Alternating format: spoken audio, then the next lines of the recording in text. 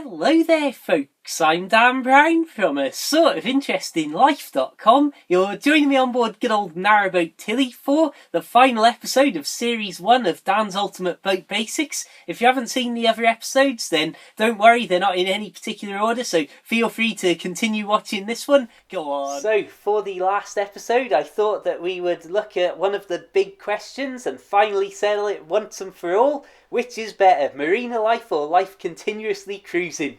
Now, of course, we're not actually going to answer that question because it's an impossible thing to say as the answer's different to different people. But I thought we'd take this as a moment to look at the benefits and drawbacks to both styles of living on a boat. So firstly, you may be able to tell Tilly's big square back end moored up there, sort of in the middle of the video at the moment, as this was a clip I recorded a long time ago when I spent a couple of months in Marina that some subscribers may not be familiar with in these videos, that I did once upon a time spend 2 months in a marina. And really, I suppose we'll start with the marina while we're here. So the benefits, obviously, of being a marina are, firstly, the fact that you don't have to move every 2 weeks. So that can make things an awful lot easier. And also, marinas are likely to have much better road access than a lot of places that you might moor up on a canal. So that can make it a lot easier to meet people, to get to and from places, and basically just the fact that you don't have to move means that you haven't got to deal with actually moving the boat. So if you've got bad weather, such as the winter that's just gone, obviously I wouldn't have had to worry about going out and getting a soak in practically every time I moved the boat for months on end.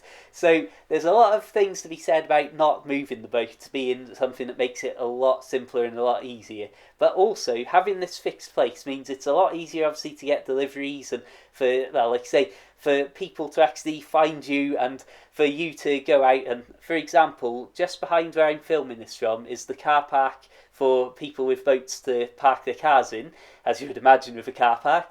And that basically means that you could live down there on Tilly, moored up in that little spot, and if you had a car or a little moped or something, as you can see I just had my bike as always and Tilly in the background there, basically it would be just like being in a house where you could go to work, literally walk up to your car as if you're walking down your driveway, hop in, drive into wherever you want to be, then drive back out, and that's all fine, which is something that's very difficult if you're trying to move a boat and a car down the canal separately. And I suppose that the other great benefits of being in a marina are the fact that you don't have to go anywhere really for facilities, assuming the marina you're in has got everything. So I didn't have to leave Marina for water, for electricity, for diesel, and any services that I might need really. So that's obviously a huge benefit.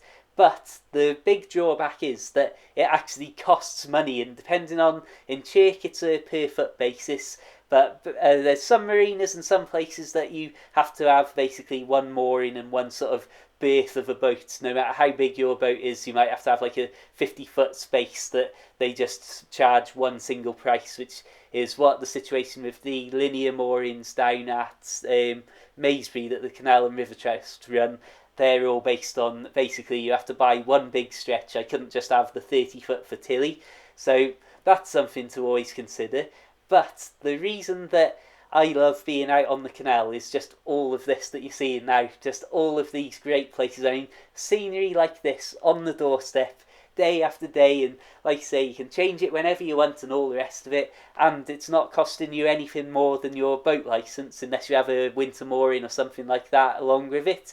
But really, I think that for a lot of people who cruise the canal continuously, it is literally just being able to go boating and being out in these sort of places. And if you want to moor up here for a week and then move off to one of these other locations, then that's great, do it. If you are, however, tied to some particular geographic location, then it can certainly make things very difficult though to actually be out here on the canal moving around. And certainly some of the, well, I literally still ride thousands of miles a year on my bike to get in and out of work and to go and see my friends and my family and that sort of stuff. So it's definitely not the easiest thing at all. And with the recent very wet winter we've had too, as you might have seen in my previous videos, it's been unbelievably bad weather, and it's been constant soak-ins and dragging loads of mud into the boat and getting it all steamed up and everything's damp and that sort of stuff. So it's all really just about what you want to do, how comfortable you want to be, really. And of course, like you say,